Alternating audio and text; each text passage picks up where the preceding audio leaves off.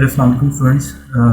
ये हमारी इस सीरीज़ का जो है कंसेप्चुअल क्वेश्चंस का लेक्चर है, जिसमें आज हम चैप्टर नंबर 2 के कंसेप्चुअल क्वेश्चंस को डिस्कस करने जा रहे हैं। आपको याद होगा हमने इसके अलावा प्रीवियसली 9, 8, 7, 6, 5, 4, 3 तक के हमने कंसेप्चुअल क्वेश्चंस को डिस्कस कर लिया हुआ है, और आज हम बेसिकली चैप्टर नंबर 2 के कंसेप्चुअल क्वेश्चंस को डिस्कस करने जा रहे हैं। नेक्स्ट मूव करते हैं। आप लोग जानते हैं first time in Lahore board ये क्वेश्चंस आ रहे हैं, और इसके हवाले से बहुत ज़्यादा इंपॉर्टेंस है इसकी, और ये पेपर में आपको इसके हवाले से प्रिपरेशन करनी पड़ेगी अगर आप चाहते हैं कि आपका पेपर अच्छा तरीके से अटैम्प्ट हो। कुछ क्वेश्चंस हैं जो कि इम्पॉर्टेंट हैं, उनके हवाले से डिस्कस करते हैं उनको आज चैप्टर 2 के। How is vector represented, vector को कैसे रिप्रेजेंट किया जाता है, ये क्वेश्चन है। इसके आंसर की तरफ मूव करते हैं।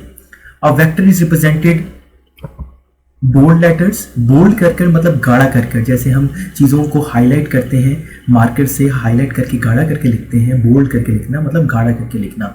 उसके अलावा अब बार एरो ओवर देयर सिंबल्स, और एरो लगा देते हैं हम सिंबल के ऊपर, यानी फुल एरो भी लगा सकते हैं या हाफ एरो भी लगा सकते हैं। ये दो तरीके हैं वेक्टर को रिप्रेजेंट करवाने की। नेक्स्ट क्वेश्चन की तरफ मूव करते हैं। How can you describe position of a body with an example, आप किसी बॉडी की पोजीशन को कैसे जस्टिफाई कर सकते हैं, एक्सप्लेन करेंगे एग्जाम्पल के जरिए। देख लेते हैं इसके आंसर की तरफ मूव करते हैं। The term position describe the location of a place और a point with respect to some reference point called origin. Basically position किसको एक्सप्लेन करते हैं, पोजीशन से मुराद किसी चीज़ की किसी जगह पर अपने बारे में बताना कि मैं किस जगह पर मौजूद हूँ, लेकिन किसी रेफरेंस के हिसाब से। फॉर एग्जांपल अगर आप मौजूद हैं जो है आप मॉल रोड के ऊपर मौजूद हैं, तो मॉल रोड के ऊपर आप मॉल रोड की बहुत बड़ी सड़क है, रोड है, जिस पर आप किस जगह पर खड़े हुए, तो आप कोई रेफरेंस देंगे, आप किसी शॉप का, किसी बैंक का या किसी मॉल का रेफरेंस देंगे, तो देन पता चल जाएगा आप मॉल रोड की किस पोजीशन पर खड़े हैं। For example, you want to describe the position of your school from your home, let the school be represented by S and home by H. The position of your school from your home will be represented by a straight line HS in the direction from H to S. ये basically example थी, क्योंकि उसने question में example भी पूछा था, example के साथ एक्सप्लेन करने के लिए कहा था, इसलिए एग्जाम्पल भी कोड कर दी गई। नेक्स्ट क्वेश्चन नंबर 3 की तरफ मूव करते हैं। Write some use of graph in our daily life, graph के यूज बताएं डेली लाइफ के अंदर क्या क्या है। A graph may also be used in everyday life, such as to show year-wise growth, जो growth होती है, decline of export की decline, month-wise rainfall, जो बारिश होती है, a patient temperature, record और runs per hour scored by a team and so on। ये कुछ examples हो सकती हैं आपके पास। ये uses हैं ग्राफ के स्टूडेंट्स, important क्वेश्चन है।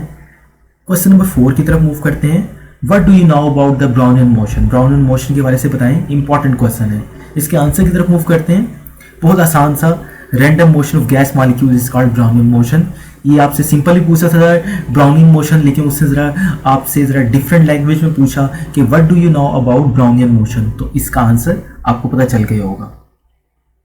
एग्जाम्पल आगे क्वेश्चन है हमारे पास। Can a body moving at constant speed have acceleration, क्या एक बॉडी की जी स्पीड कांस्टेंट होती है, क्या उसका एक्सेलेरेशन भी कांस्टेंट होगा, बताएं।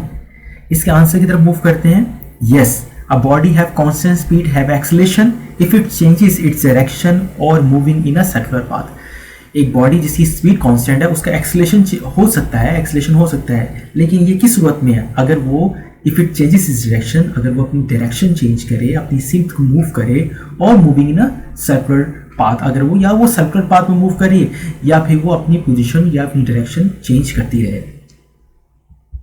नेक्स्ट क्वेश्चन नंबर 6 की तरफ मूव करते हैं। How do riders in a Ferris wheel possess translatory motion but not rotatory motion. Riders जो से होते हैं फेरिस व्हील के ऊपर, यानी एक झूला होता है, ठीक है, उसके ऊपर ट्रांसलेटरी मोशन होती है बट नॉट रोटेटरी। इसकी रीज़न क्या है? ये बेसिकली एक्सरसाइज का क्वेश्चन है, लेकिन इंपॉर्टेंट क्वेश्चन है, कंसेप्चुअल क्वेश्चन के लिहाज से आपको रेडी करना पड़ेगा। इसके आंसर की तरफ मूव करते हैं। Since rider in a Ferris wheel is moving without rotation on a circular path, so rider in a Ferris wheel possess translatory motion, क्योंकि राइडर जो से होते हैं फेरस व्हील के ऊपर वो मूव कर रहे होते हैं विदाउट रोटेशन, रोटेशन किए बगैर, ऑन सर्कुलर पाथ में रोटेट किए बगैर मूव कर रहे होते हैं। सो इस वजह से ये पोसेस रखते हैं, ये ट्रांसलेटरी मोशन रखते हैं, रोटेटरी नहीं रखते। रोटेटरी के लिए आप जो है विदाउट रोटेशन सर्कल में मूव नहीं कर सकते। नेक्स्ट क्वेश्चन की तरफ मूव करते हैं। Question number 7, how can vector quantities be represented graphically. Vector quantities को आप बताएं कि ग्राफिकली कैसे रिप्रेजेंट करवाते हैं। इसके आंसर की तरफ मूव करते हैं। Graphically a vector can be represented by a line segment with an arrow head. The line AB arrowhead at B represented a vector V. The length of the line AB gives the magnitude of vector V on a selected scale, while the direction of the line A to B gives the direction of the vector V. Graphically basically एक vector को एक line से represent करवाते हैं। एक line arrowhead line होती है, उस जब आप उस लाइन को ड्रॉ करेंगे, जाहिर सी बात है किसी स्केल से ड्रॉ करेंगे। उस लाइन की फर्ज करें वो जो आपने एरो हेड ड्रॉ किया उसकी लेंथ है 4 मीटर। 4 मीटर अगर उसकी लेंथ है तो ये 4 मीटर जो लेंथ है ये बेसिकली क्या है, मैग्नीट्यूड। और जो उसके ऊपर एरो साइन बना हुआ है वो शो करवा रहा है डायरेक्शन को। तो यहाँ पर दोनों चीज़ें आ गई, मैग्नीट्यूड भी आ गई और डायरेक्शन भी आ गई। नेक्स्ट क्वेश्चन की तरफ मूव करते हैं। Question number 8, Why vector quantities cannot be added or subtracted like scalar quantities? Vector quantities को आप जमा या माइनस क्यों नहीं कर सकते स्केलर की तरह? स्केलर को तो ऐड या सब्ट्रैक्ट करना बहुत आसान है, लेकिन वेक्टर का ऐसा क्यों नहीं है? वेक्टर क्यों नहीं कर सकते आप? तो इसके आंसर की तरफ मूव करते हैं। Vectors have direction and the quantities have direction can not be added and subtracted like scalar. Vector के अंदर डायरेक्शन होती है, तो आप मैग्नीट्यूड को मैग्नीट्यूड के अंदर ऐड कर सकते हैं, डायरेक्शन को डायरेक्शन के अंदर ऐड कर सकते हैं, ठीक है। ये नहीं कर सकते कि अगर मैं ये कहूँ कि वेक्टर को जो आपका स्केलर होते हैं उनको तो ऐड करवाना इसलिए आसान होता है कि उनमें सिर्फ मैग्नीट्यूड होते हैं, इसलिए मैग्नीट्यूड को मैग्नीट्यूड के साथ ऐड करवाना बहुत आसान होता है। लेकिन अगर जहाँ पर वेक्टर होता है वहाँ पर मैग्नीट्यूड के साथ डायरेक्शन भी होती है, तो डायरेक्शन को एड अप करवाना और उसकी कैलकुलेशन करना आसान नहीं होता, इसलिए हम वेक्टर को आसानी से ऐड या सब्ट्रैक्ट नहीं कर सकते। What will be the shape of the speed time graph of a body moving with variable speed? अगर आप बताएं कि किस तरह की शेप होगी स्पीड टाइम ग्राफ की अगर बॉडी वेरिएबल स्पीड से मूव करे। इंपॉर्टेंट क्वेश्चन है। The shape of a speed time graph is zigzag, not a straight line. When a body move with variable speed, अगर एक बॉडी वेरिएबल स्पीड से move करेगी तो ग्राफ जिगजैग होगा। यानी जिगजैग का मतलब ये है कि कभी अपवर्ड होगा, कभी डाउनवर्ड होगा, कभी अपवर्ड होगा या कभी डाउनवर्ड होगा। नेक्स्ट क्वेश्चन की तरफ मूव करते हैं। Question number 10, what was the Galileo views about the free falling bodies? Free falling bodies के वाले से गैलियो की क्या व्यूज थे?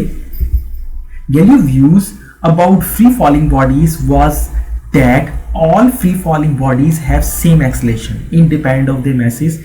इसके जो है थे व्यूज़ थे ये थे कि तमाम तरह की फ्री फॉलिंग बॉडीज होती हैं उनका एक्सेलरेशन सेम रहता है, उनके मैसेज को आप इग्नोर कर दें, इंडिपेंडेंट ऑफ द मैसेज, उनके मैसेज का इसके साथ कोई ताल्लुक नहीं है, उनका एक्सेलरेशन सेम रहता है।